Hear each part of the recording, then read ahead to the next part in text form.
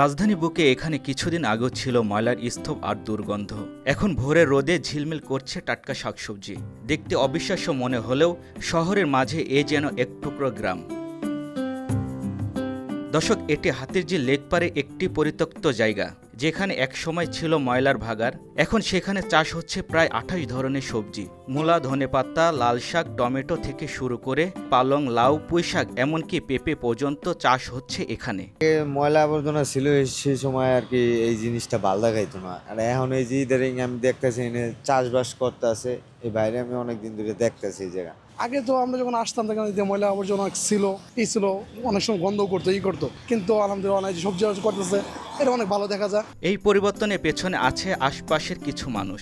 তারা নিজেদের উদ্যোগে ময়লা পরিষ্কার করছেন, তৈরি করছেন ছোট ছোট সবজি ক্ষেত। বিষমুক্ত এই ফসল শুধু পরিবেশই বদলাচ্ছে না, বদলে দিচ্ছে তাদের জীবনেরই গল্প। এদের একজন ভ্যান চালক ইসমাইল দীর্ঘ 15 বছর ধরে এখানে বসবাস সুবাদে করছেন সবজি চাষ। রাতে ভ্যান চালিয়ে দিনে অবসর সময় পরিচর্যা করছেন সবজি ক্ষেত। শিয়া বাটার ও ভিটামিনে সমৃদ্ধ লিলি বিউটি সোপ, তারুণ্যময় উজ্জ্বল ত্বকের জন্য। চিন্তা করলাম এই জায়গায় ময়লা আবর্জনা ছিল, এই জায়গায় বৈশা সময় কাটাইতাম। আমার বাসা ওইখানেই, যে বৈশা চিন্তা করলাম যে এই ময়লা আবর্জনা পরিষ্কার করে যদি শাক সবজি ফলান যা, তাহলে তো ফরমালিন মুক্ত শাক সবজি এগুলো নিজেও খাইতে পারবো, বেচতেও পারবো। এগুলো মনে করেন যে এই যে সকাল বিকালবেলা মানুষ ঘুরতে আসে, এরা পছন্দ করে লয়ে যায় ফরমালিন মুক্ত শাক সবজি। সবজি ক্ষেত থেকে মেটান পরিবারের চাহিদা, আর বিক্রয় করেন লেকে ঘুরতে আসা দর্শনার্থীদের কাছে। যারা নিয়মিত লেকপাড় দিয়ে যাতায়াত করেন তাদের কাছে এটি এখন প্রতিদিনের দৃশ্য।